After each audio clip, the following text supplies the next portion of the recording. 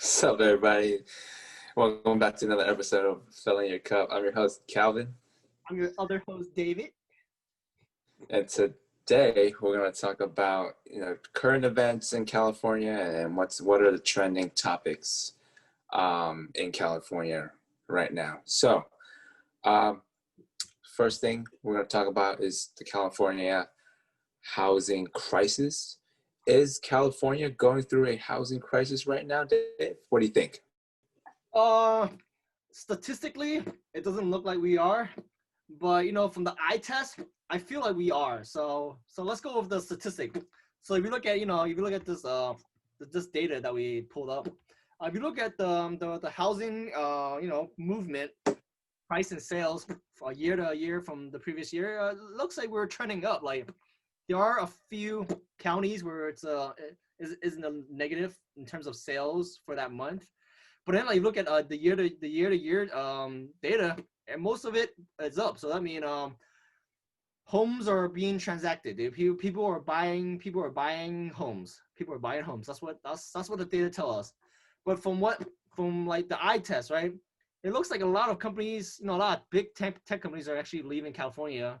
And like one company, Pinterest, they actually broke their lease, and then I think they pay like $65 million to end their lease to get the fuck out of San Francisco. So that's more for like the office space. But when the tech company leaves, what usually leaves with them? The workers. And you can argue that most people are working remotely nowadays. I mean, so it doesn't necessarily mean that when the company leaves, the workers will leave. But a lot of people are leaving SF because COVID. There's nothing to do here. Why pay these absorbing a high amount of rent for no perks? So I think the data which tell us that people are actually buying homes. This is a seller's market at the moment, but the eye test is telling me that I think a lot of people are leaving SF and California as a whole. What do you think, Calvin? Uh, uh, so right now, I agree. So we may not be going through a uh, housing crisis right now. So just looking at the CARES Act, the mortgage forbearance, it actually expires at the end of the year. December 31st is when um, the extensions for the mortgage payments will end. However, you can still apply for an extension up to 180 days after that, and then just depending on your lender, and then they'll go over that with you in a case by case basis. But people can still have that option to delay their payments, so the banks won't kind of foreclose and repossess their houses. And we know how that led to the 2008 2017 or yeah 2008 2007 housing crisis when people can't afford their mortgage payments and things like that. So right now, since the people are still getting aid and help from the delays in the forbearance, mortgage forbearance, we're not feeling the immediate effects of the housing market crisis. So which brings us to our next point. When do we expect to see signs of a crisis or lack of a crisis, Dave? What do you think? I mean, like you said, right? The mortgage forbearance ends end of December, but there is an opportunity to extend it. So I think sometime early, like next year, maybe like early March, when people really have to start paying their mortgages. That's when you see more homes get repossessed by the banks. But then again, like the banks don't really want to foreclose your property, right? Because one, it just sits vacant in their and like the house just sits vacant and they don't make money out of it. So I think if anything, they'll try to work with you to like maybe if you can't pay the full mortgage, you can pay some because they want to at least collect some money and not have it fucking just foreclosed. Because then like nobody wins if it gets foreclosed. Uh, but then eventually though, if the jobs don't come back, right? That's the second thing though. Like if the jobs don't come back, people aren't gonna be able to earn the money because right now in California, the average unemployment checks are roughly, I'm gonna say, it ranges between $200 to $600, depending on how much money you made and contributed to the unemployment system, which is not really a lot of money. I know people that's collecting like $200 a week. That means $400 every 2 weeks. What can you actually spend? You know, that $400 to survive on. Like you can barely even buy food really to survive on. So you definitely can't afford to pay rent. So or mortgages with that. So I think early next year it's kind of like if the lockdown is still like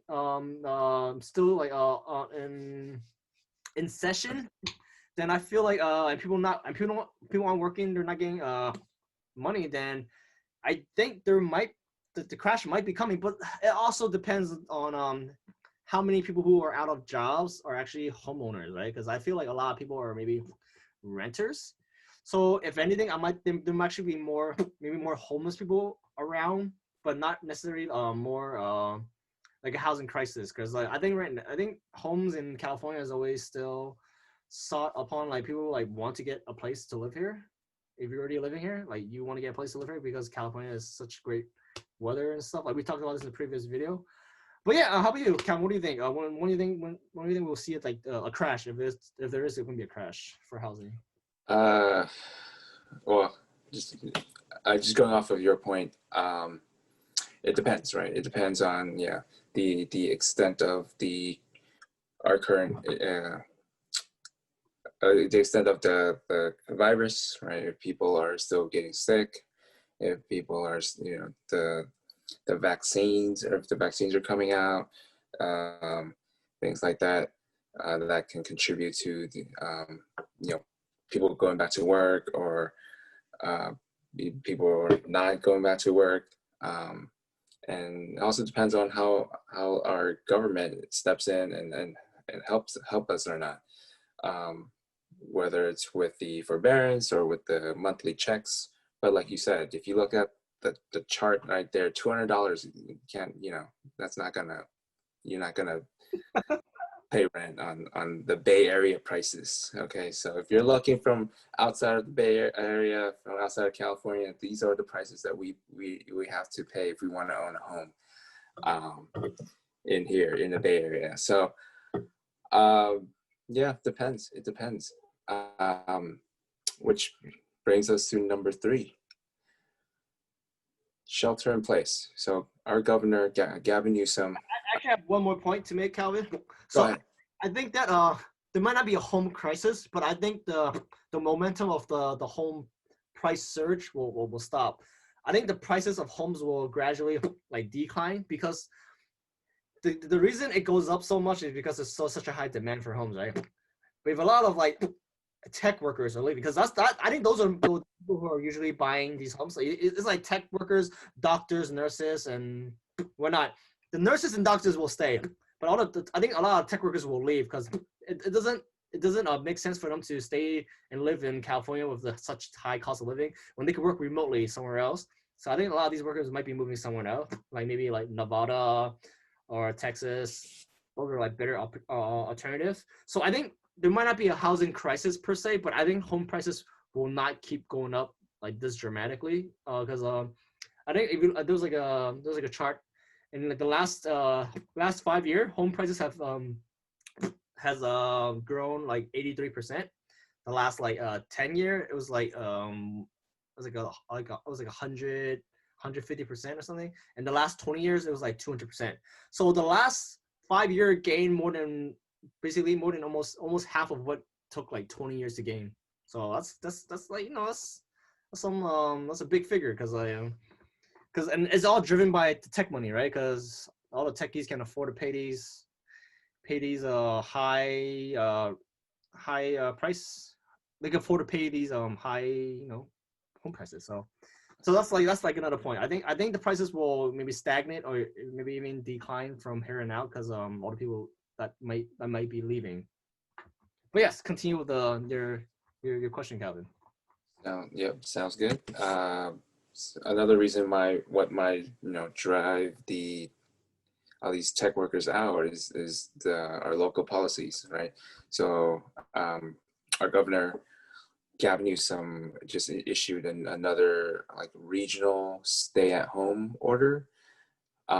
So what that means is under this order, these sectors will be closed, such as bars, wineries, personal services, hair salons, barbershops, um, and the sectors that can remain open or partially open are schools that has received a waiver, infrastructure workers, retail places, but at 20% capacity, and restaurants. So no more indoor and outdoor dining, just takeout and delivery only. So how do you feel about these new regional stay-at-home policies?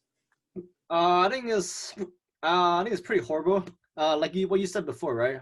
We talked about this before this video. These lockdown only make sense if everybody does it. If only California fucking locks down, but like let's say like other places like Texas and Arizona or wherever other states that aren't locked down. If people are flying in from these other states, I mean, they potentially could be carrying the virus, and we don't know how accurate our tests are anyway. So I mean, that's that. So if we're not gonna stop people from coming in, and we're gonna just lock down ourselves, I feel like it's not productive at all. And if anything, it's just killing our local economy, right? Restaurants are already struggling from the impact of COVID year to date, and if with this new restriction, like they can only do takeout, which is basically I think for them it's basically the same as before. I mean, people who can dine out, like on the outside of the restaurant. I don't know how many restaurants can actually provide that service because a lot of the restaurants are basically dine in only, right? So I don't know how much impact this is, but I think it's really disheartening, right? Because it feels like the governor is not protecting the small businesses who needs like any and every opportunity to make money. And with all these with this like new lockdown, it just kind of feel like another punch in the gut for these small businesses. And even if they could survive, I don't know. I think some might feel that California is not. They don't put their best interests first, because at this point, I don't feel a second lockdown is really the answer, because you're basically killing the small businesses, which is like the lifeline of the economy, right? Because the middle class is basically the small businesses, and if you kind of drive them out, you're left with either the super rich and the really working poor. So I feel it's just like a bad look all around. I am not for the second lockdown, because I just don't think it's gonna work, and it's basically killing what's left of our economy. So yeah, so I think it's a totally bad idea. What do you think, Calvin? Um, I agree, but one can argue since we're at a surge right now, the shutdown will kind of control that surge, kind of make it manageable where the hospitals can kind of hold everybody who needs to be admitted to the hospitals. I think we're at critical or near critical mass where a shutdown is required to kind of control that. But I feel like a shutdown is all or nothing, right? If we're just gonna shut down California, like you said, we're just gonna put a band-aid over the situation, and it comes back again after the restrictions are lifted. Because people come from all over the country to California to work, to travel, etc. And people are going to fly back, especially during these holidays, Thanksgiving, Christmas. People are going to fly back and forth and potentially carry the disease with them. And, and people are maybe leaving because of these policies. So they're going to be, flying in and out and carrying potentially carrying the virus with them. And, yes, we may kind of lower these numbers, short for the short term, but at what cost will that take, right? At the cost of these small businesses, which is, like you said, the backbone of our economy. It's kind of like a double-edged sword kind of type of thing. Um, you know, that's my take on it. Any last words or ending remarks? Yeah, I mean, yeah, it's really hard to say that, oh, we shouldn't lock down the we shouldn't lock down the we shouldn't impose these lockdown because we want to save lives, right? Because then, like, if you say you're against these lockdown, you're saying like, oh, you're against saving lives. No, I'm not saying we're against saving lives, but if you look at the data, the mortality rate of this COVID is really not that strong, and it's actually it's not even comparable to like the regular flu. Actually, I think it actually kills the regular flu actually kills more than COVID.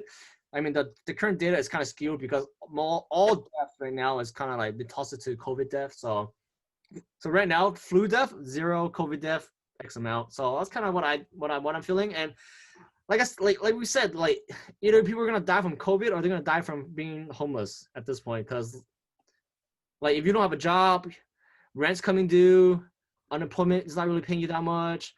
There's no really help from the government. Like what can you really do, right? Like you're gonna be living in the streets, and I don't think living in the street is an answer to solve this COVID problem, because I think that's actually the easiest way to catch COVID. Because if you're just hanging around the streets, homeless, that's gonna how you're gonna get COVID, basically, I think. So yeah, so I mean, closing remarks. We don't think there's gonna be a housing crisis per se. I think home prices might decline in California due to all the events going on, and I think this lockdown is not ideal. I don't think we should impose this lockdown, and I think we got to protect what our economy, because without the people making money and supporting a local government, how you expect to run this the state, man? Like we're already kind of broke, and if people aren't able to make their property tax payments, their mortgage payments, all these other payments, if people don't have money to buy, these presents for the family, which they collect sales tax and everything on, hey, I mean, there's no money for the state. So I don't know. I think we gotta just open that shit up, man. Open that dang up, bro. All right. So thanks for watching the video. Stay safe, and catch you guys in the next one. Peace. Peace.